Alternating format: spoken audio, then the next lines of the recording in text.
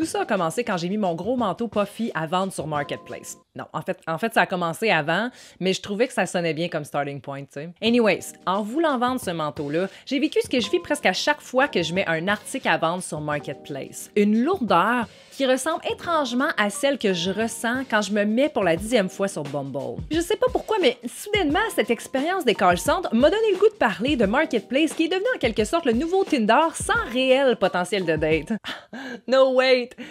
Il n'y en a pas plus sur Tinder. La première chose qu'on voit quand on va sur Marketplace ou sur les apps de rencontre, c'est la qualité des photos qui est en grande majorité à chier. Jocelyne qui s'est fait une selfie au lieu de prendre son divan en photo et qui va au gars qui a juste une photo de chat sur son profil.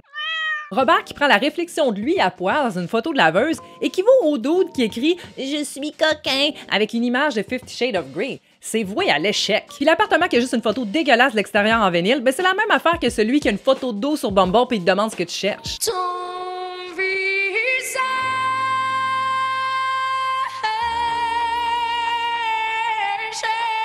Tu trouves ça drôle? Non.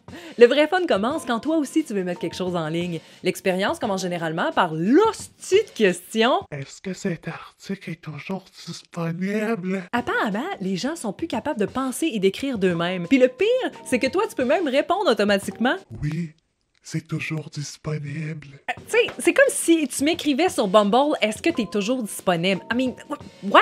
Hey, j'étais tellement écœurée de cette question-là que j'ai écrit dans le titre de mon annonce « Yes, available » en grosses lettres majuscules. Puis savez-vous ce que j'ai reçu en dizaines comme message après avoir écrit que c'était disponible dans le titre? Yes, that's right. Est-ce que c'est toujours disponible? Une fois que tu as reçu au moins 30 fois cette hostie de question-là, ben, il y a peut-être une ou deux personnes avec qui tu as matché qui ont manifesté qu'ils viendraient demain. Mais grandes sont les chances que tu te fasses choquer, voire même ghoster. À ce stade-ci de ma vie, je me suis tellement fait ghoster que je t'avais de devenir un hostie de fantôme moi-même. Non, mais il y a clairement un manque d'engagement autant sur Tinder que Marketplace. Puis je me suis toujours demandé... Ils font quoi, ce monde-là? Genre, c'est quoi ton motif pour disparaître? J'ai l'impression qu'il faudrait jouer une game autant sur Market que sur Tinder. Tu sais, si t'es trop disponible puis tu réponds trop vite, l'autre se met à avoir peur de ce que ça l'implique puis il disparaît aussitôt. Puis à l'inverse, si tu réponds pas, tu te fais harceler puis surenchérir. Oui, parce que tout le monde sait que t'as plus de valeur quand t'es pas authentique, même si tout le monde cherche son estime match parfait. Puis si tu vois au Marketplace puis Tinder c'est rendu fucking requin, je sais pas si c'est parce qu'il y a moins de femmes que d'hommes où j'habite, mais j'ai l'impression que les meilleurs gars ou annonces sont déjà pris, puis que quand finalement tu trouves quelque chose de vraiment intéressant, ben t'es la 13e sur la liste. Non, mais c'est qui tout ce monde-là qui ont exactement le même besoin que moi en même temps? C'est donc bien mal fait la vie. Hey, l'été passé, je voulais tellement une table pliante pour le camping que j'ai fait à croire à une madame que la table me rappelait celle que j'utilisais en camping avec mon père décédé.